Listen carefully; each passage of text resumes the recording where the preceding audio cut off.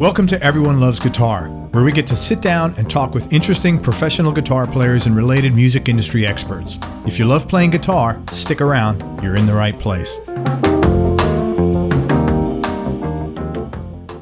Hey, this is Craig Garber from Everyone Loves Guitar, and before we start today's show, I wanted to talk to all the guitar players out there about something really interesting. If you're a guitar player, or probably any other kind of musician, or if you know a musician who's looking to make some more money without having to tour or go on the road, or put up with any of the other BS that musicians normally have to deal with, then what I'm about to tell you is probably the most exciting and important message you'll ever hear.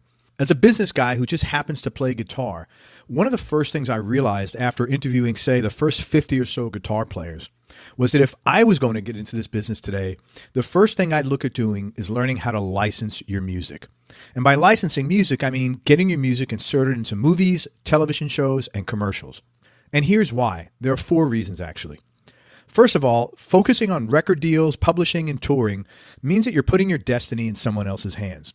You're at the whim of someone who has literally thousands of other people competing for their attention, many of whom, frankly, may have music with more commercial appeal than your music has, which means you get what's ever left over as far as attention from that particular manager, publisher, publicist, or booking agent, right?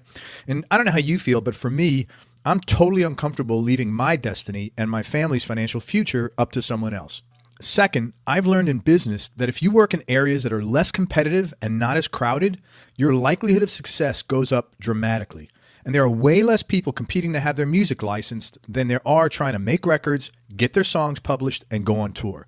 In fact, there are so many people competing to play music, the average working musician today, by and large, earns the same or less money than they were making back in the 1970s and 1980s. Third, in the licensing business, it's not unusual to have one or more of your songs wind up paying you multiple times over and over again. In some cases, day after day, week after week, month after month, and year after year. In fact, some songs you even get paid on multiple times over from a variety of sources because different people wind up licensing that same song from you. Many times you get paid for songs you recorded months or even years ago. So no work you do is ever wasted. Even if a particular song doesn't get picked up right now, there's a very good chance it can get picked up later. And the more music you write, the more opportunities you get for placements. The more placements, the more money you make, both up front as income from licensing fees and on the backside in terms of royalties for years to come. And the fourth reason I like this industry is that a free ebook has just been published, which pretty much takes you by the hand and shows you step by step how to get your music licensed. The book is less than 20 pages long, and it was written by Mike Elsner, who I interviewed in episode number 167 of this show. Mike's been doing this for over 14 years, and he's actually had over 2,000 songs licensed at this point in time. Now, I want you to pay attention to something because that means he's getting paid to license almost 150 songs per year. Now, keep in mind, most successful career musicians don't even get paid for 150 songs in total over a 30 or 40-year career, yet Mike's getting paid for this on an annual basis. And in this free ebook, you'll discover the 4 simple steps to licensing success, including step 1, which actually shows you how to get paid a significant upfront licensing fee as well as quarterly royalties. You'll learn how to get paid for learning how to play a new instrument. And I'm not kidding. He actually shows you an example of he basically practiced a new instrument and he licensed all the songs, and he walks you through this. In step 2, you'll learn how to quickly expand your song catalog by 5 to 6 times its current size without having to create literally anything new. That's right, you'll learn how to easily turn 10 songs into 50 to 60 songs in less than 5 minutes each. And each one of those new songs now becomes another new asset you can sell. You'll learn what to do, and maybe even more important, what not to do to get your music quickly noticed by music supervisors. And this one simple nugget alone easily makes the difference between regularly getting your music licensed and never getting it licensed at all. He'll show you 4 ways to get paid to license your music, and then you get to pick and choose which one of those 4 ways works best for you. And you'll also get to uncover little-known secrets to using common websites online to get free names of people who would want to license your music. And the other cool thing I like about this business is that you can run it all from your home studio. No ivory tower record label executives telling you what to play and how to play it, and no shady managers or backroom publishers with their own agenda telling you what to do. So download Mike's free ebook on music licensing right now. Just go to everyonelovesguitar.com/Mike. That's everyonelovesguitar.com/Mike, M-I-K-E. That's it, real simple. Let me know how you like the book, and now let's get on with the show. Hey, everybody, this is Craig Garber from Everyone Loves Guitar. I've got a great guitar player, super nice guy, someone I've been trying to get with for a while. We're with Dane Kinser today. He's a guitarist and multi-instrumentalist. Did I say that thoroughly? Dane Kinser. My wife said, Craig, sometimes you slur. So Dane Kinser. I don't want to mess up Dane's name. You're dead on, man. All right, cool. He's a guitarist and a multi-instrumentalist living in Nashville. He's played with Ray Lynn, Trent Harmon, who's the American Idol winner, Luke Combs, Andreas Moss. Did I say that first name right? Andreas? Andreas Moss, Jamie Lynn Spears, and he's currently touring with Grammy-nominated recording artist Eric Paslay. He actually holds a degree in mathematics from King University, so he's not just a pretty face with a guitar. I'm not a pretty face at all. Well, that's why we get along, I guess. Hey, man, I appreciate you coming on the show. Thanks so much for your time. Hey, thanks for having me. It's interesting you got a degree in math because look, as you know, math is, music is math rooted, and I was always absolutely. I don't think your degree per se probably helps you play better, but do you think that because you have this math thing that you have maybe a little more of an inherent gift for music and metering and pentameter and stuff like that than the average bear? No. And I only say that because I'm such an idiot when it comes to music theory, and that's where the math actually comes into play, understanding the relationships between such things. And I'm dare I say, smarter at math than I am at music, but not smart enough in theory to find those connections or anything. But related to that, the overlap I found, I was a math teacher for a year, and the similarities between teaching and performing, there's a lot of overlap there for me. You sort of have an audience that you need to communicate something to, that you need to keep measurably entertained to some extent for them to even pay attention. There was more overlap in that side of it, but that makes sense. Yeah, but no, don't you think like spatially though, even though like theoretically wise, but don't you think sonically you understanding certain spatial gaps between, the fifth has to resolve to this soon or else, don't you think that there's some sort of math in that? Oh, there certainly is. I'm just not saying that I understand it. Fair enough. Next. Pythagoras said everything is number, and I agree wholeheartedly, but I'm not as smart as people think I am. What grade were you teaching? High school, algebra 2, so I couldn't mainly imagine freshmen through juniors. I like nowadays I would be overwhelmed doing that because like I just couldn't handle it going in there and like 40 people looking at their phone. If everybody had to teach just 1 week, like it would solve so many problems around us. Like we would appreciate teachers more than you would ever dream. Oh yeah, especially nowadays. Like I don't know how anybody gets any work done with the phones and shit, man. Oh yeah. Hey, so are you working on anything in particular now that it's got you excited? Honestly, man, I've been with Eric for a year, and I'm just so thrilled to still be a part of that project. And I know that's not my project per se, but it's the band and the hang that I've always wanted in doing this. And I'm still stoked to be a part of it, and stoked that he's got new material coming out this year. So awesome. Yeah, right now I look forward to that job every single time I get to walk on stage. So do you have a good team there, I'm assuming then? The best. Absolutely the best. Like, I'm sorry. No. Go ahead. I was going to say, I was trying to write down that quote. I look forward to going on stage every single day. Is that what you said? Something like that. Yeah, absolutely. I like that. How did you get that gig initially? I auditioned a year ago yesterday, actually. I had made friends with a couple of the guys in the band back when I was playing with Ray Lynn. And I remember the day we met, like they invited me to pray with them before they went on stage. We were hanging out backstage, and I just remember thinking, man, this is such a good team. if I ever get an opportunity to get on this or something like this, I need to take it.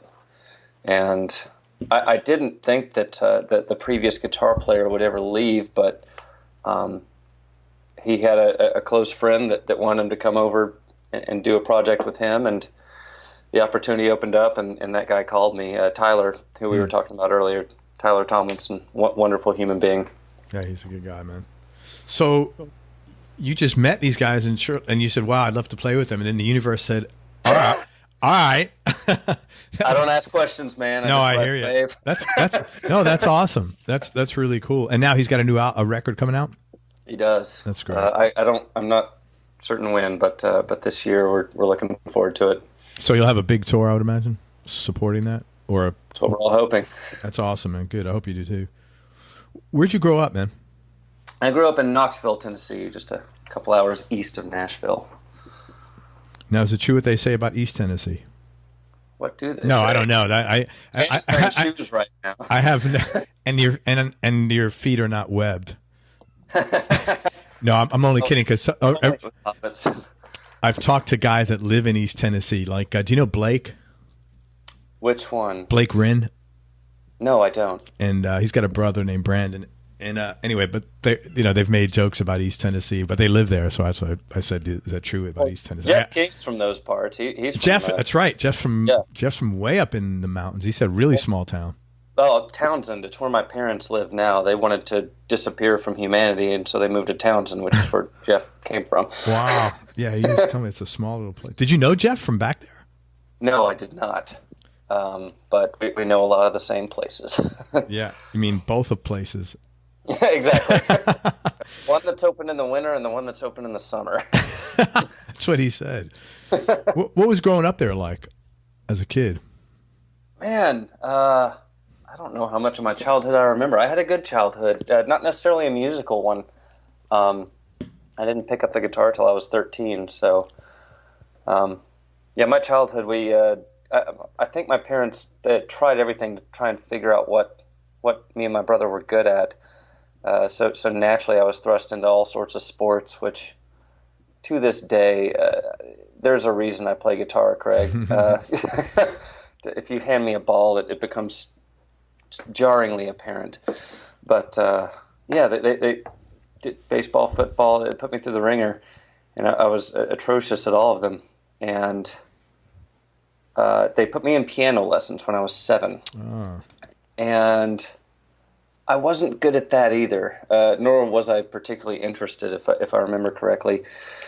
But later on, a few years down the road, I wanted to play bass guitar. I don't know why bass guitar. I think it was because my brother and my mom both played guitar. And I was like, well, I should do something different. I don't want to be like them. And I was like, hey, can I have bass lessons? And they said, no. Remember piano? You didn't stick with it, and you won't stick with this either. So I was like, okay. So I just started picking up guitars around the house, thinking, okay, maybe I can start learning on here, prove it to them, like, hey, I'm going to do it this time. and the guitar just sort of took. That's awesome. Does your brother play professionally also? No, after I started playing guitar, I guess that made it uncool for him, so he switched to drums. Oh, and he's actually a phenomenal drummer up in East Tennessee. He plays professionally? Nope. That's interesting. It's interesting. I think most it's either music or sports. There are very few musicians that I know of that are like also good in sports, you know? Yeah, that's my wife. She's one of those people that you good at everything and you hate. She lettered in 3 sports and plays bass and guitar and sings better than I do. She play professionally? No, she's on the road. She works over in the production office with Chris Young, so she's around it. And occasionally I'll have her jump on gigs that I do here in town as a backing vocalist or acoustic guitar or something. So that's really cool. Yeah, we get to do stuff together. It's really fun. That is awesome, man. What kind of work did your folks do out in East Tennessee? My dad, for the majority of my childhood,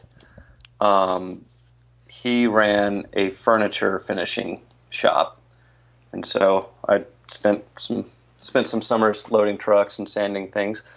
And Mom's always worked in hospitality. She rents cabins up in Townsend, and so that's real popular in the summer. Jeff said, right?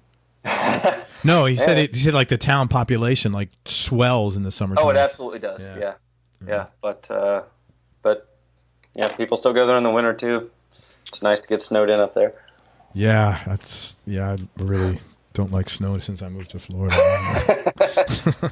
I dig it, man.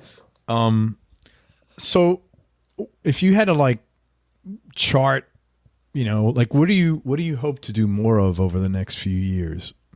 Man, guitar wise, or do you just take it day by day and just things have been good and just sort of go with the flow, or do you have particular,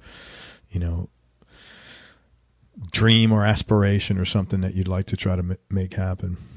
I think that's a question a lot of guys spend a lot of time trying to answer here. It's like you get on a gig that you're happy in, hopefully, if you're lucky enough to even do that, and then you start thinking, well, it's funny. When I got my first audition, I'm going somewhere with this, I promise. No, it's all good. Like it's real easy. I got the call from the Ray Lynn folks, and I practically did a backflip. I was so excited. I was like, man, I finally somebody said yes. I have a gig. I have a touring gig. I'm a real guitar player, and that joy lasted for about 8 minutes, and then immediately turned to fear. It's like, what if I mess this up? What if I lose this? What if what if they discover I'm not who they think I am as a player, and they could have done better? And you immediately switch to this weird fear of like, man, I'm happy to be here, but what if it goes away? And so I think even now I'm in a gig that I love and with people that I love, but there's still sort of a voice that haunts you, like, well, what are you going to do next? What happens when this is over? And you have to be careful to not let that ruin the experience of being in it. But at the same time, it's healthy to think ahead. And I do some part-time work for an artist development and booking agency. That's one thing I'm kind of dipping my toes in right now, seeing if I ever move off the road, if I want to stay involved in this business, do I do it from like a management or a booking standpoint where I can help other people achieve their dreams and have some of the same experiences I have had and loved. And if if I'm lucky enough to be one of those guys that tours until I die, that's amazing. Sure. And I've also, man, I've always loved guitar gear and sort of the science of how do we produce these sounds that people love, that are pleasing to the ear. And the tech world is not scary to me. That's something I could easily transition to if I ever grow tired of being on stage, which I've shown no signs of yet. But well, like inventing pedals or developing pedals and stuff like that. Or? I used to build my own pedals. Actually, I did that for a while. Tried to do a little. I had a little pedal business that was kind of fun, but as soon as I got on the road, I didn't get as much joy from that anymore. Like playing has always outranked all the other passions for me, and yeah, I love sitting down with a soldering iron for an afternoon and putting stuff together, tweaking stuff to make it sound different. But I don't know if the pedal market feels very crowded to me now. Ridiculously, like, yeah, and it's not just everything available, but there's 10 copies of that same thing available that do the very same thing, and there are guys that do that so much better than I ever did. On top of that, the amount of effort you put into each pedal versus the return on that investment, I don't think is high enough to warrant that effort in the first place. Oh, I think there's only a few guys that are really doing it in a way that's sustainable beyond a few years. Yes, I would agree with you. It's sad to say because there's some brilliant minds out there. Yeah, totally. It's just the nature of you got to make the numbers have to work, and from a business standpoint, you always look at the numbers first, and there's an old a funny business thing. The guy who, because I always look at things from the marketing side, and the guy who says I'm losing money every transaction. You say, well, how are you going to make that work? Well, I'm going to increase my volume. Well, that's what people often think. It doesn't. It's okay. If the math has to work, which is just do more. Yeah, right. Yeah, but I think what you said is true in any profession. And for a while, you always have that little voice on your shoulder, sort of, the self-doubt voice. And I think it takes a long time to get rid of that. Mm-hmm. I think you have to be, age and seasoning, and of course your effort at eliminating that voice all have to contribute to getting rid of it, for sure, man. Absolutely. Yeah. It's an active process for sure. It doesn't go away on its own. Yeah. Especially if your arc wasn't like, I was discovered at 13 and you've had to work hard for each audition and for, you totally. Tend to have that little voice more often. I have, for sure. Yep. Well, let's talk about gear for a minute. What's your go-to guitar right now? What is your my number one over the past year? Are you familiar with Bernie guitars? Bernie, Burny. No. They were part of that late '70s crop of lawsuit fake Gibsons. Oh, I never heard of the Far East. Yeah, they're Tokai and Area and Ibanez and all those that were making the lawsuit Les Pauls. And I was down back when I was playing with Trent Harmon. We were playing this club in Florida, the Music Ranch, amazing place. Where is that? Lakeland. Okay, yeah, it's just outside of Orlando. Yeah. The sweet guy Philip builds a barn, puts a stage in a barn, builds a house beside the barn, just starts having Southern rock concerts down there. It's this just cool venue that he's put together. And we had finished the show, and Trent's doing his meet and greet, and the guy's got 40 just cheap Squire acoustics and just guitars on the wall just for dudes to sign, just decorations really. And I'm kind of scanning the room as you would do in a room full of guitars. And I see this Les Paul in the corner. And it's like a tobacco sunburst thing. And I get a little closer to it, and I see Bernie on the headstock. And I'd always heard of these things. I've played a few of the lawsuit Les Pauls, but never one from them. And I'd always heard they were sort of part of the cream of the crop for that time. Wow.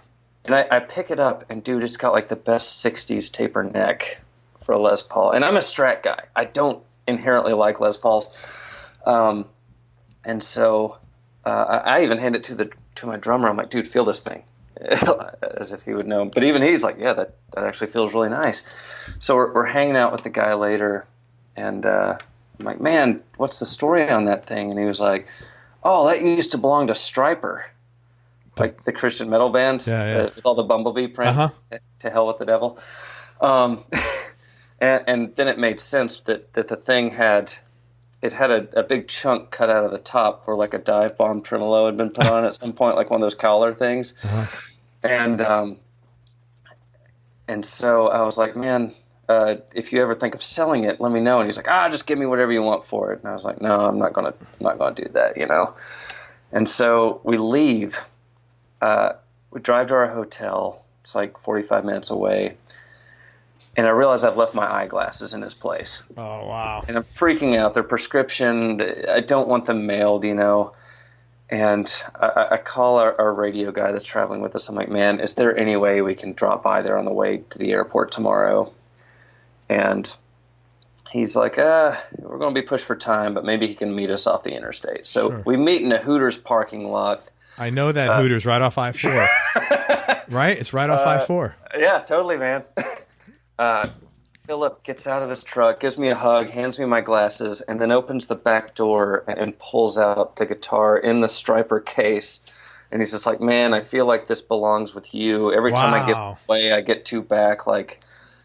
Just take it, use it in good health, And so I brought it back. I reconditioned the thing, got it refinished at a shop here locally, and it's been a labor of love.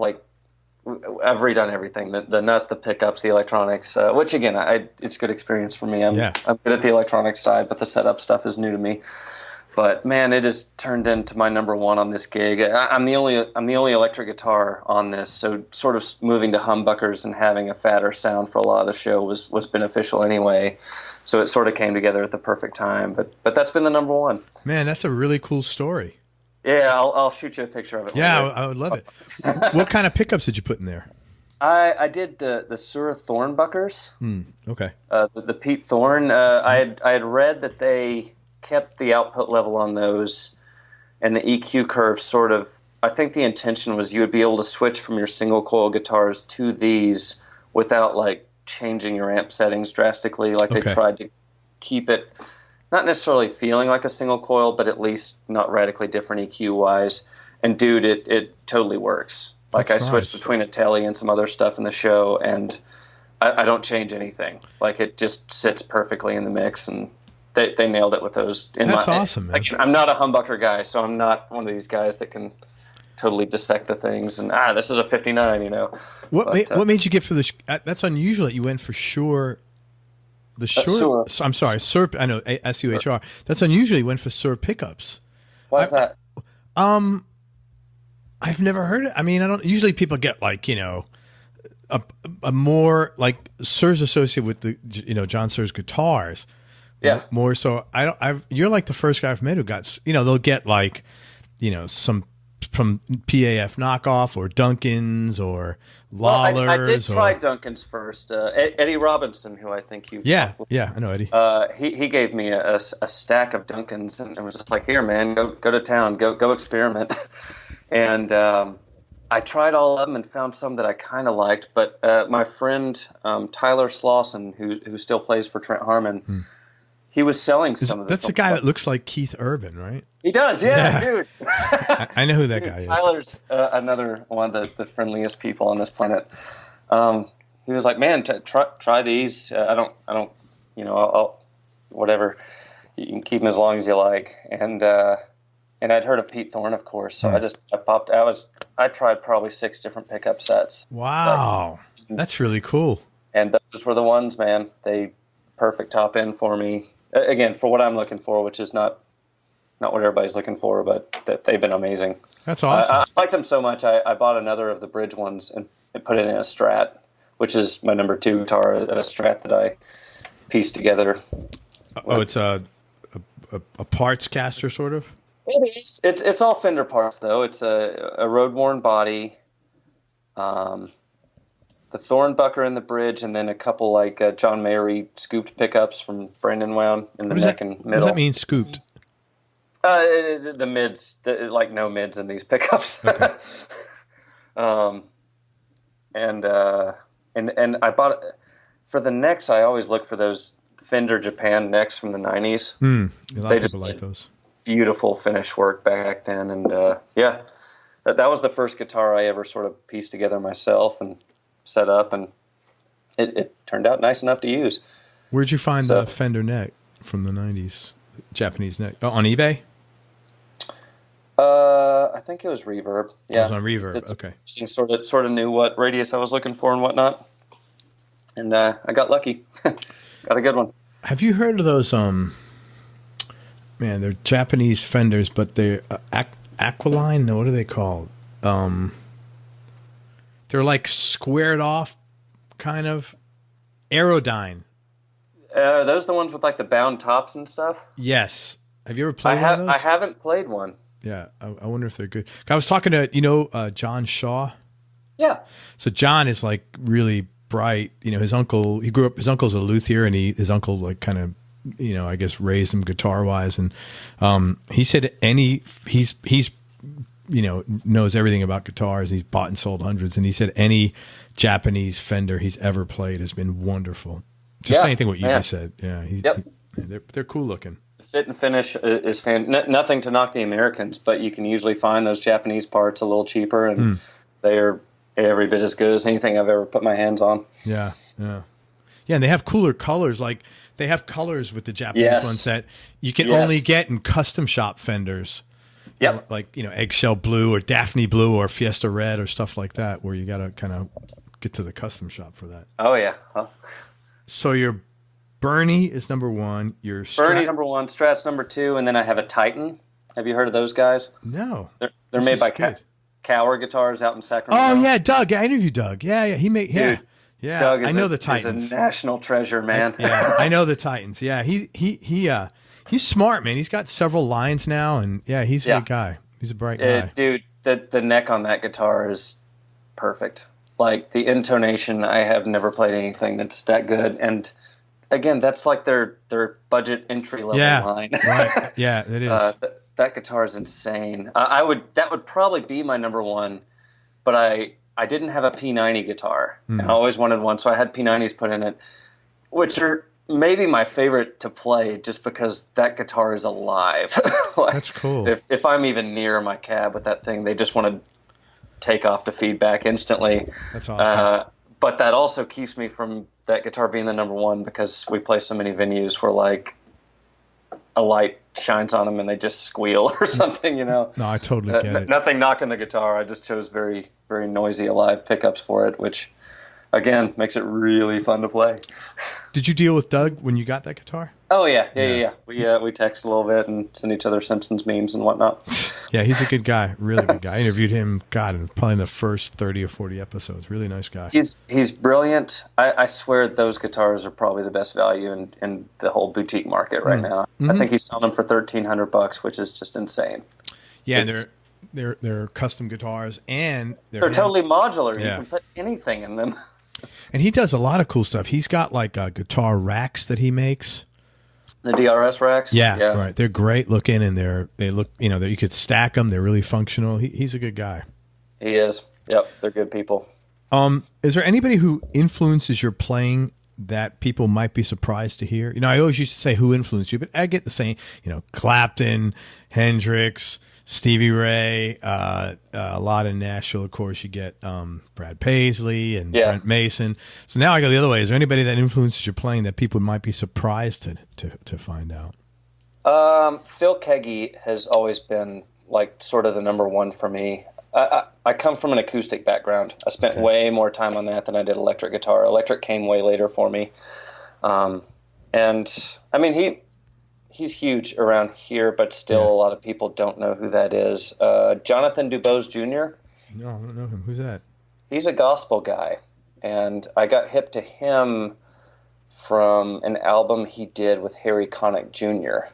I roomed with a jazz piano player in college, and he exposed me to a lot of that world. Cool. And honestly, dude, other instruments influence me as much as guitarists do. Like Chris Thiele, his solo work, and of course the Punch Brothers, his playing and phrasing and sense of melody has done a lot on me. Vince Guaraldi. Charlie Brown. Charlie Brown, of course, was the gateway drug into that, but the sort of the samba, the jazz stuff he did apart from that is insanely good. Harry Connick, a lot of these keys guys. Not that I necessarily mimic their playing, but I notice when I listen back to myself that certain phrases make their way in without me noticing. That's cool, man. Really. Do you know that the main Peanut song? Dun, dun, dun, dun, dun, dun, dun. Linus and Lucy. Yeah, right. So I interviewed Stu Hamm, the bass player. Quay Hogs, anyone? Yeah. Have you seen him play that? Oh yeah. Holy crap. That was like so cool. And he's only using one hand. And that's a really hard. I mean, he's all over the neck there. It's not like, a pentatonic scale, but not by a long shot. He's really bouncing all over there. He's such a good musician. Oh my gosh, he's insane. That is good. Vince Guaraldi. I think I have one of his CDs that comes up, in my sequence once in a while. Good stuff, man. I have a pool in the summer when I'm off the road that you'll find me floating in there with Vince Guaraldi playing in the background. Very cool, man. That's like the Spotify list I pull up. That's good, man. Good stuff. Hey, and congratulations. You're a young guy. You've been married 10 years. I think it's a big accomplishment. Congratulations. Just to you, last September. That's awesome. Very cool. We were babies. Yeah, well, and I've seen pictures of you and your wife. You guys seem like you really have a lot of fun together. So it's very nice. We have common goals, and that's really fun. That is cool. Yep. This clearly has not, you've worked really hard to get everything you have. So I was curious, what sort of fuels your obsession with the guitar emotionally? What do you get out of playing that keeps you so like engaged and compelled to keep pursuing it? Man, it's like I said, I was so bad at sports when I was a kid. That never took, and it wasn't anything I spent time in. Sort of like being in a band is the closest experience I've ever had to being on a team. To me, music is a tremendous gateway for me belonging with other people. Oh, not very that interesting. I depend on it at this point, but no, but you like teamwork. There's nothing wrong with that. Yeah, I do. That's great. Yes. I love playing guitar by myself, but playing with other people, like that's, if there's magic in this world, there's some of it right there. People who can sort of read each other and converse in this language that only certain people understand. You know what I mean? Yeah. That's great. Yeah, I don't think you just someone saying, "Oh, I really enjoy being part of this team," means that I'm too weak to do this on my own or anything like that. I think it's a really nice thing. That you enjoy that camaraderie and it connects you, and you have that's what compels, that feeling of connection and working in a group that understand each other is a really cool, yes, a really cool reason to sort of fuel your obsession. I think it's very healthy. I love playing with people who are conversational musically, who are listening to what is happening and reacting to those things. You know what I mean? Like not just walking in playing the parts, but we just had drummer auditions last week, and we were doing a particular song, and I was adding this little rhythmic thing that I was pretty sure was not in the board tape that he had learned off of. Mm-hmm. And by the second verse or so, I noticed him mimic that same rhythm on the hi-hat just once, just this quick little thing that matched what he heard me doing, and instantly I was like, I love this. This is good. Did he get the job? He did. Yeah. Oh, that's awesome. Not because of the little hi-hat fill, but no, but it was probably other little things along the Absolutely. way. Yeah. Yeah. You notice when people are listening and paying attention, and that's really cool. Yeah. I never thought about that. So that is it correct then that the same way you have, verbal conversations and interactions with people, and you have people that are paying attention, really engaging, and then will follow up with you and be more inquisitive. It's the same way musically, where some people, they'll be responsive and inquisitive and prompt you to do something, and there are other people that'll just be like, it's lost on them. Absolutely. Wow, man, that's totally really interesting. I never realized that. Being a good listener benefits you in music and life. Yes, you can definitely tell the guys who are listening to what the other players are doing versus just playing the part. Man, thank you. I've never thought about that or really been exposed to that. Thanks. That's really good to know. I think that's one of the secrets to a band being tight. Like when I walk off stage, the highest praise that we can be given, or I can be given in general, I don't want to hear you played a great solo. I mean, I do want to hear that. I'm a lead guitarist. Of course. Feed that ego, baby. But I love it when people come and be like, the band was so tight tonight, because that means everybody was listening, everybody was participating, everybody was present. You know what I mean? Yeah, that's real. You know what, man? You just opened my eyes to something, because I always assumed, because I don't play with others musically, and I just assumed it meant you're a good player. But yeah, that makes total sense now. It means you're a good listener, and yeah, okay, wow, thank you. You just like really turned me on to something very interesting. Thanks. Desert Island Discs. What's your top 3 Desert Island LPs, not in any particular order, and just for today, knowing that could change just tomorrow? Off the top of the noggin. Mute Math, self-titled. She by Harry Connick Jr. Mm-hmm.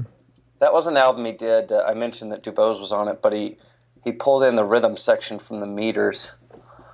And it's just the funkiest stuff in the world. and Synchronicity, The Police. That's a good record. You asked what influences would surprise people. The one that would not is Andy Summers. Yeah. Anytime Dan can use chorus, it probably shows up. That's funny. I never even heard of mute math until last week. Somebody I saw on Instagram or Facebook posted was really into them. Do you know Klaus? Yes. Yeah, he posted. Absolutely. Yeah, he posted something about mute math. I didn't know what that was. I thought it was something in school, mute math or something. Dude, yeah. Great melodies and great parts. You'll never hear that band just playing chords. Like, everybody has parts, and it's brilliant. What kind of music is that? Indie rock. Okay, cool. It's synth driven, retro fueled. Yeah, it's. I'll have to check them out because you're the second guy that's told me that. Do start with the first album. Start with self-titled. Self-titled, yeah, okay. Yeah, their music is very much a journey. And tell me something about yourself people would either be surprised to hear or might find a little odd. I have a rare skin condition that affects like 2 to 5% of the population, called dermatographism. I'm like a human Etch-a-Sketch. You can sort of draw something on me, and it'll turn red and stay there for about 15 minutes and then go away. Wow, that is interesting. Is it like, outside of that, is there any kind of negative health consequences? If I do not take an allergy medicine for it, I will become very, very itchy. Wow, how did you diagnose that? If it's so, you get a blood test? Funny. No, I in college is when it started up for whatever reason. I called my mother about it, like, hey, I'm getting these, like, get itchy, like, when I towel off or when I scratch myself or whatever. She's like, oh, you probably just have dry skin. Stop taking your allergy medicine. It's probably drying you out. And that was the one thing keeping it at bay. And when I went off of it, it went into overdrive. And, I went to 2 or 3 doctors before I went to this nurse practitioner guy. And he drew something on my back with like a tongue depressor, like just wrote a couple letters, signed his initials, whatever. I don't know what it was. Checks it a few minutes later. Hey, Bill, get in here and look at this. I'm like, hey, stop showing it off. Fix it, man. And they come back in here with this huge textbook on like dermatology, and we think it's this. And sure enough, that was it. If I take a Zyrtec every day, I'm fine. And that's it. Wow. My wife discovered back before we were married. We were on a beach trip in college, and we were playing volleyball, and I got like a really good block or something, and she gave me a pat on the back. She's like, nice block. A few minutes later, there's this handprint there. She's like, oh my gosh, did I hit you too hard? I'm like, oh no, it's a thing. Wow, what is it called? Dermatographism. Hey, so if anybody has a hack or info on that, hit up Dane. Seriously, you never know, because you're not the only guy who has it. 2 out of 100 have it. So it's funny. Yeah, they say that. I've only met one other person in my life, so maybe this can be a big come together. There are like Facebook groups of people who get excited about it, but I'm not a member of those. Dane, we're having a meetup on dermatographism. It's gonna all stuff on each other, and it's gonna get weird. We'd like you to join the board. Wow. Well, I'm glad it's not any more health impeding to you, other than you got to take a Zyrtec once a day. That's great. I've been blessed with good health. That much worse things. Most important person in your life? My wife. I knew you were going to say that one. Absolutely. Well, she makes me better, and either by giving me confidence when I'm lacking or cutting it back when I have too much. Do you have a non-musical superpower, Dane? Have you ever heard of bubble hockey? No. What is that?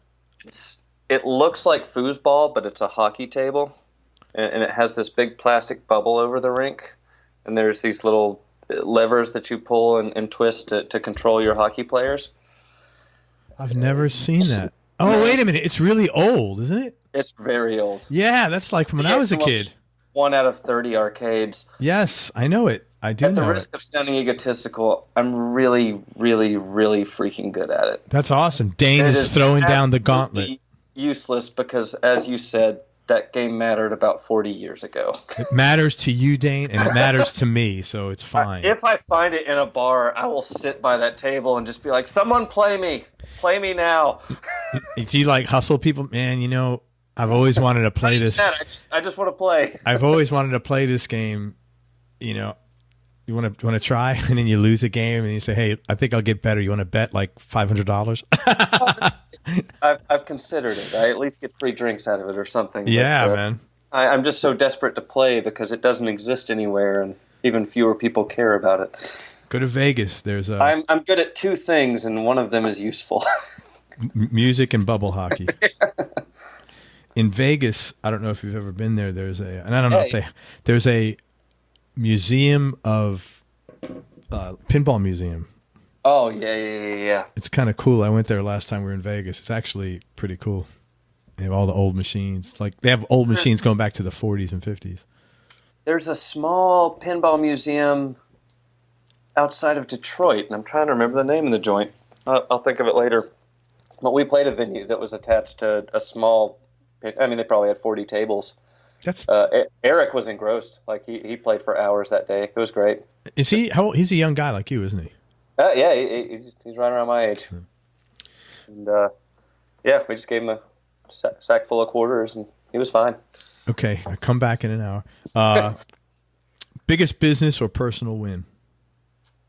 Oh man, honestly, not only because we're talking about music, but just in general, getting that first yes at an audition. Auditions are terrifying, man. Like it's like a job interview, but even more intense. Not only because there's sort of a creative aspect to it, but also, you know, normal job interviews, it's like, we can't not hire you based on your height, weight, skin color, religion. Dude, auditions, it's like, if you do your hair wrong that day, you could have a strike against you. I've been well informed of that by a lot of guys I've interviewed, man. And man, I didn't get a yes in one until my fourth one, and that I still, if you could bottle that feeling, you could make millions, man. That's awesome. Good for you. Just getting that phone call, and I'm serious. I almost did a backflip, and I am in no way capable of doing a backflip. Well, that's good. Well, because it was hard earned, man. Yeah, man. It's just, it's validating.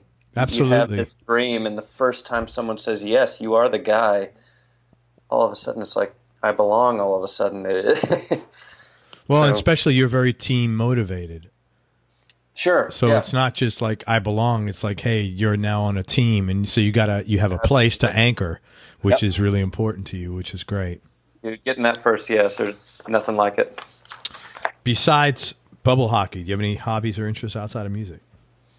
I like games, video games, board games, things like that. Love the outdoors, hiking, biking. I was into paddling for a minute. What's paddling? Like kayaking. Oh, cool. Yep. I wasn't terribly good. Drank a lot of water that summer. Very well hydrated. What's your favorite part of what you do and the least favorite part of what you do? I love being able to experience different walks of life. I like meeting people. I mean, dude, just this past weekend, we played in Minneapolis at a pond hockey tournament. I'm from Knoxville, Tennessee. We don't have pond hockey, man. Yeah, what is pond hockey? It's when the lake freezes over and they just put rinks on it. Oh. Have a little pond hockey tournament. Was it freezing up there? That's the weird thing. It was in the 40s, but it had been so cold. It had been in the negatives that they still had 22 inches of ice, they told me. Wow. But again, that's something you'd never experience if you don't leave Tennessee. Like, sure. And you meet, you know, our country, you see all the news, like we're so divided. I have this unique vantage point where I actually get to travel and meet people in every nook and cranny in this country. And dude, there's good people everywhere. Yes. People disagree on issues and things like that, but dude, there are great people here. Beautiful people with dreams, people full of love, and I get this unique vantage point that I'm paid to do, where I actually get to see all of that. I get to interface with these people, and yeah, dude, the free cultural education that you get in this job, by far my favorite, and catering, of course. That's the same. The what? Catering. Catering. I've heard that once before. Yeah. Yeah, it's interesting. I think a lot of this stuff is with the media, with the divisiveness, is just like, you got extreme people on all fringes of life, and I think most people are just hoping to get through another day, man. And normal people don't make headlines. Yeah. They're not thinking about anti this, or they just want to come home. They want to get through the day. They want to make sure their family's safe and sound. They want to make sure they could eat and pay the bills, and that's kind of more of a priority. And then I think they sit down and watch TV, and they get rallied up. Or I don't know. I haven't watched the news. I don't know, 40 years probably. Mm-hmm. I haven't watched a news broadcast just because I can't stand negative. I don't watch. I read, so I can at least be a little bit more selective about what I'm digesting. Yeah, you're willingly digesting it instead of getting it shoved down your throat. Yep. Is there a least favorite part of what you do? Early lobby calls. They ruin everything. No, honestly, man, I consider it a blessing to have played some very bad gigs in my life. Why is that? Like some very rough ones. It just makes you appreciate the good times better. And it's like even at my worst, on our worst day right now, like I've still played far worse situations or places where you didn't feel appreciated, and I don't know, makes the bad days not seem as bad. That's really cool, man. Yeah. What's the most embarrassing thing that's ever happened to you on stage or have you done any studio work? A little bit. It's not something I pursue. I consider other guys in this town to be far better at it than me. But, man, I am, in the last month in particular, I've been trying to get my rig back up and running just because I enjoy having the creative outlet to drop sounds on things. But, yeah, you know what, though? You've been doing some great stuff, though. You did some really cool, like, Gilmore stuff, like, about a week ago I saw online. Thank you, man. That was, for listening. No, that was awesome. That was really... Dude, you've done a couple of things. You've been laying out some monster tracks. Man, it's just trial and error for me right now. Trying out different mics, and it's tough because I don't have like an isolation room here. So I'm running my Marshall 412 because rock and roll, man. And it sounded, whatever you're doing, it sounded great though, honestly. I can't hear what the mic position sounds like when I'm testing it because the cab's right there. It's like I literally have to record a track and then listen back. Preferably after my hearing comes back, and be like, was this good or do I need to change something? So I'm just shooting in the dark and having fun with it. But well, I wasn't alone. There was tons of people that liked that couple of things that you did. It sounded good, man. Well, I'm glad because it's going to be more of it. Y'all are my guinea pigs to tell me, Dane, this sounds good, or Dane, maybe not. But no, studio. I've never pursued it. I came out here to be a live guy. I came out here to do that side of the business, and I love it. You meet more people. I do understand the joy of putting down something and knowing that it will last. What I just played, people may listen to in 10 or 20 years. That's got to be a good feeling for those guys. So I understand the attraction there. Maybe someday, but right now it's a secondary priority to the live stuff. But you asked about embarrassing things. Yeah. And I've had a few. With Raylan, there was a particularly great moment where my rig went completely dead in the middle. We were on the Rascal Flatts tour. In the middle of the single, like the big song, big closing number. And I remember kicking my board, looking at my amps, could not find anything visually wrong. And dude, I just kept playing. Like I just kept pantomiming, like playing the parts on the guitar and doing it. And we had this big solo towards the middle of the song where me and the other guitarist walked center stage and did the thing. And dude, I just walked out and pantomimed the whole thing. And nothing was coming out? Nothing. I mean, rig was completely dead. And the only people who noticed were front of house and our monitor guy, because he was working on somebody's mix and he had the guitars panned, stage left, stage right. He said the mix went all lopsided. But he looked out there and saw me having a good time and thought something was wrong with his equipment because that's so funny. Well, Dane looks fine. He was like, man, in all my years doing this, I've only seen 2 or 3 guys hold it together like that. That's really cool. So what did you ever find out what the problem was? I had a like a Klon type pedal that I built, and those pedals are buffered, meaning if they're not powered, they don't pass signal. Like they don't divert to true bypass and keep passing. Man, the power jack had pulled out just the tiniest bit, like not even visual, it just enough. And that pedal stopped passing signal and brought a 160 watt rig to a screeching halt, like one 9-volt connector. So do you use buffered pedals anymore? No. Yeah. For that reason. Good man. Man, I literally took it off the next week and was like, I rewired it for true bypass before I put it back on. Good man. I was like, this is not worth it. Whatever high end I'm saving on the tone. But I do have one other story that's particularly great. Yeah. From the current gig. When I got on the Paslay gig, we did our first rehearsal, and he's got this single called High Class that has a big slide guitar intro. And I did it in rehearsal, and the tour manager at the time came up. He's like, man, that part is sounding a little bit loose. I need you to tighten that up. Like, that's a single. It needs to be tight. I'm like, yeah, totally. I can do that. So I spend the whole next week really tightening that part, like just nailing it, making sure I'm getting everything dead on.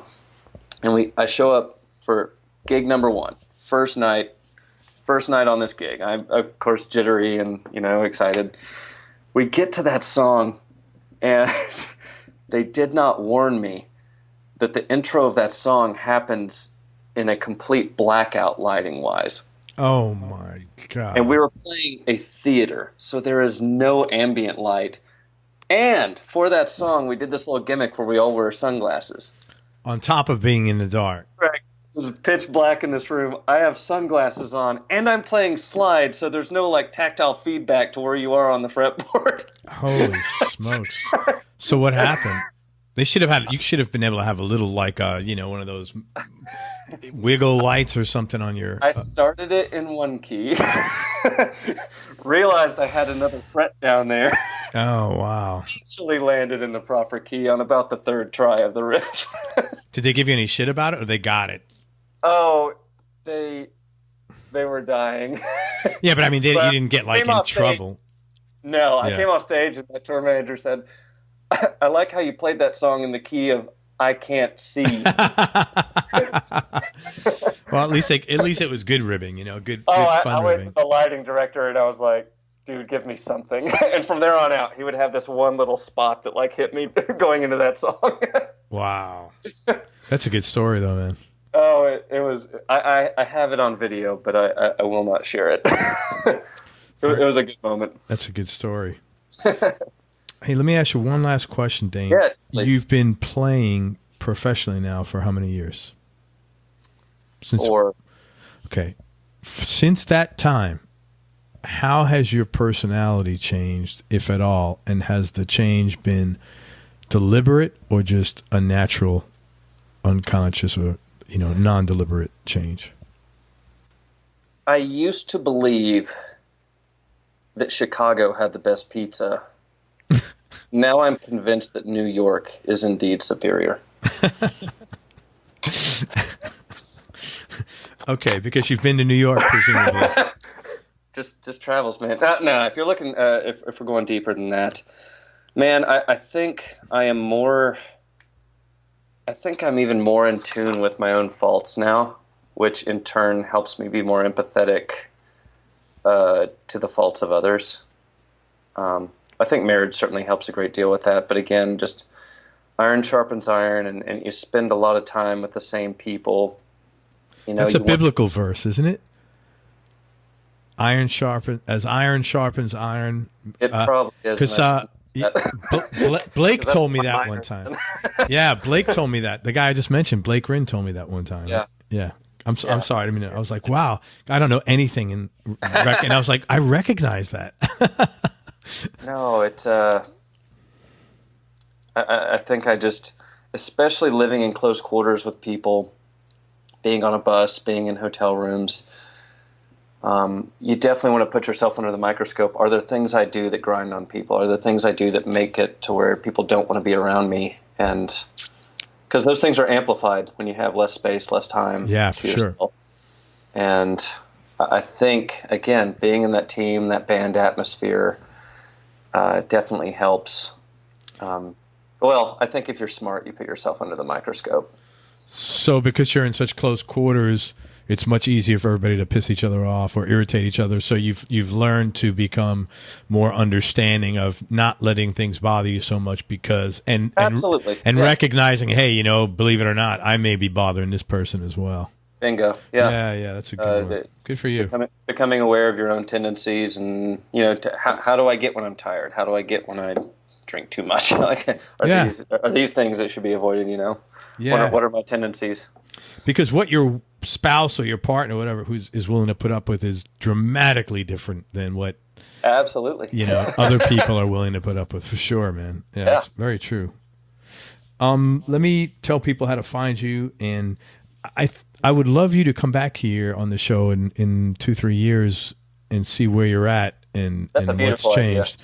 Yeah, because I think things are going to go really well for you, and I'd like to be able to share and learn some more of that in the next the next phase of Dane 2.0 or 3.0, whatever that is. I appreciate that. Dane 9.0. I'm young. Whatever. Yeah. Dane 9.0. I'm not that young. Let me tell people where to find. It's Dane Kinser, Kinser. He's a super nice guy. He's playing with Eric Paslay right now, and come check them out when they're on tour through your neck of the woods, and you can see where they are at ericpaslay.com. You can check Dane out on danekinser.com. Again, it's DaneKinser.com. Or you could hit up Dane on Instagram, and his Instagram thingy is what do they call it? Instagram name? Handle? I can't say handle. I use handle, man. Oh, is it? I feel like handle. I'm like Breaker19. What's your handle? Avatar. Yeah. His avatar is his Instagram ID is Stage Right Guitar. Yep, one word. One word. Man, I can't thank you enough for your time. I really appreciate it. And again, if there's any players listening out there, any young guys, any guys just moving to town or trying to make it happen in your hometown, whatever, I'm always down for coffee. I had a lot of good people invest in me when I first came here, and I couldn't be doing this without the wisdom that they imbued on me. So anybody out there who wants to grab coffee, it's on me. Hey, that is incredibly kind of you. And anybody who's thinking about doing that, I would definitely take him up on his offer, because it's not easy to do what these guys do and just, pack up shop, go, and then become a professional musician. And I think a lot of people are afraid of it. And with some good counsel, you'll probably find out that maybe you shouldn't be. No. I'm not saying it's good counsel. With some mediocre counsel. Exactly, yeah. With some minimal, with I always say mediocre is the new excellent now. Some words of questionable value. Yes. So hit up Dane. Hey, man, thanks very much. I can't thank you enough for your time. I really appreciate it. Have me, Craig. This is awesome. Everybody, thank you for listening. I hope you enjoyed this interview as much as I did. Many thanks to Dane Kinser for spending time with us. We've been trying to put this together for a while. I really appreciate it. And go to everyonelovesguitar.com. Sign up to get notified of future episodes, along with some cool stuff we have rolling out. Now, be nice, go play your guitar, and most important, have fun. That's why we're all here. Till next time, peace and love, and I'm out. We hope you enjoyed this show. If you did, subscribe to the Everyone Loves Guitar podcast, and you can do this online at everyonelovesguitar.com or on iTunes. And if you like the show, please leave us a 5-star positive review. The more 5-star reviews we get, the higher our show ranks, and higher rankings mean we get to continue speaking with cool, interesting guests on our show. We'll see you on the next episode, and until then, keep playing your guitar and have fun making music.